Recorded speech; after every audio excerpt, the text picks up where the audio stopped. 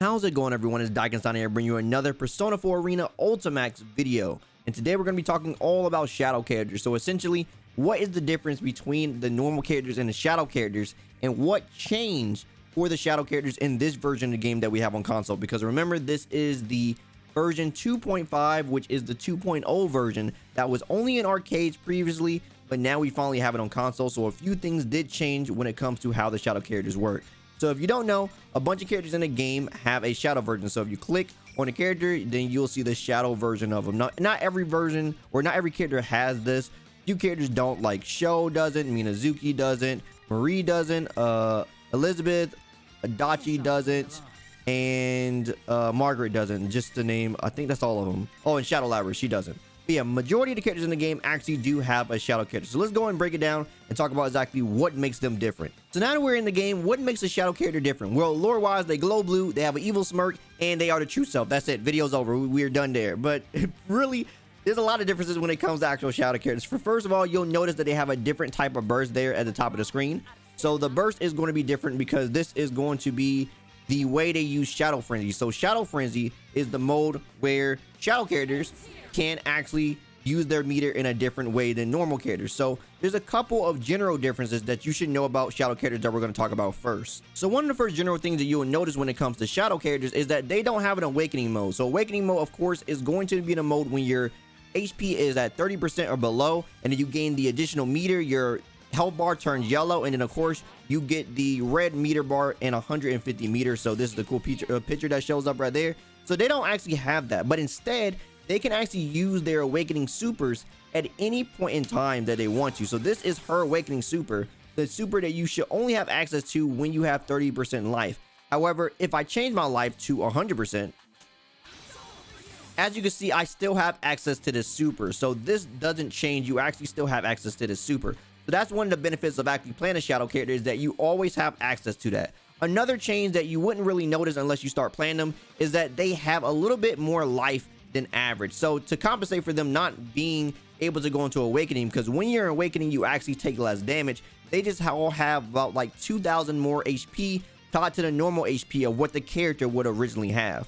Another unique thing about the shadow characters is that they actually have their old auto combos from the original game. So this is Misuru's old auto combo, and then in this game this is her new one. So every character got a different change of their auto combo. Now the only downside, or not downside, but the only difference of this is that the new characters in this version of the game, so like Yukari and Junpei, they don't have a different auto combo because they're new to this game. They just have the same auto combo for their normal and shadow versions. And a couple other small changes that you may notice over time is that they do a little bit less damage, about 20% less damage. There used to be a thing where they actually used to carry their SP per round. So what you would normally want to do is that you would want to save your meter for next round, and then the next round is when you actually used it. But now with the shadow burst, because they have a burst, they could use their burst at any point in time. So as long as they have the burst, they could use Shadow Frenzy at any point, no matter where their meter is. So before you used to have 100 meter to do it, but now you don't, which makes it even stronger. Also, the meter doesn't carry over anymore, so just keep that in mind. That was something old from the last version that we did not have before. And last shadow character general knowledge, that they don't have access to their instant kill. But you weren't really going to try to use this, right? I hope not. Now, diving a little deeper into the shadow characters, one thing you will notice is when you are in Shadow Frenzy and you actually are touching your opponent, they cannot burst. So this makes this mode extremely deadly, because once you touch your opponent, you can pretty much do your combo without fail, as long as you have the execution to do the shadow combos. Some other important facts about Shadow Frenzy is that things actually just take less meter to do. So if you know, a regular EX will take 25 meter, like say the ice wall. However, if we do it while we are in Shadow Frenzy, it will just take a lot less. As you can see, that took about almost half of what it would normally cost, and we still get the effect of the EX. Now, similar to other cancel mechanics, the Frenzy Burst is actually going to be a cancel mechanic within itself. So much like the one more burst or the one more cancel, you could cancel this into things that you normally wouldn't be able to because of the actual recovery that it has on it. So say if I do like Misudu Sweep, you can do this and actually continue to combo in a different way than normal. So normally you wouldn't be able to do that from the sweep. You would have to go into like, say, like something like that.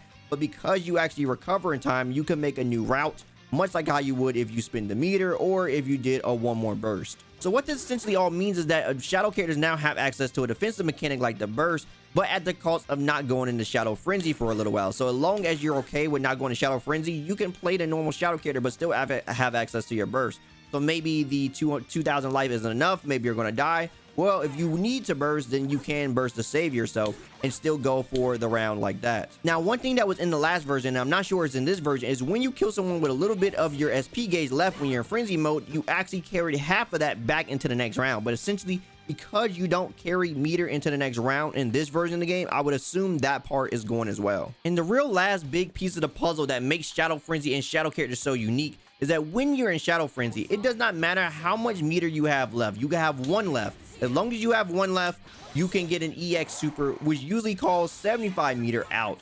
So as you can see, this is something that I'm doing at the very last second pretty much. This usually calls 75 meter, and I can get it out at the very last second because I'm in Shadow Frenzy. So this is a very strong tool that you can utilize when you're playing the Shadow characters, and this will allow you to basically create combos that you weren't able to do. So you can like basically just use your supers over and over in sequence and get massive damage even when you have like no meter. So when you have no meter, even the most simplest confirms can become deadly, such as this.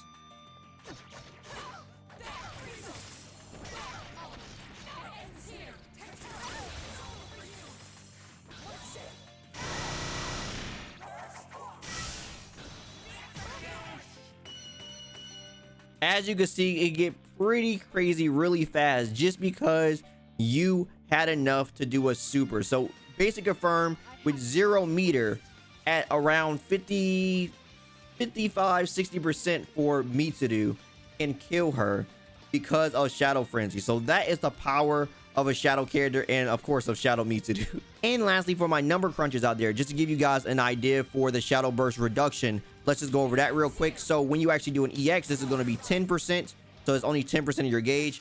A super is going to be 20%, an EX super is going to be 30%, and if you happen to want to do actual guard cancel, this is going to be 30% rather than 50%. So you get a nice good reduction. So that's going to be 30 from 50.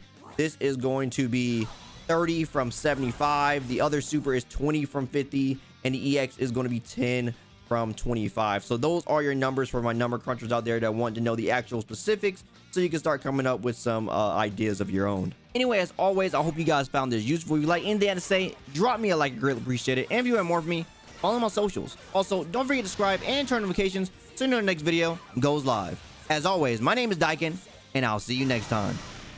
Signing out.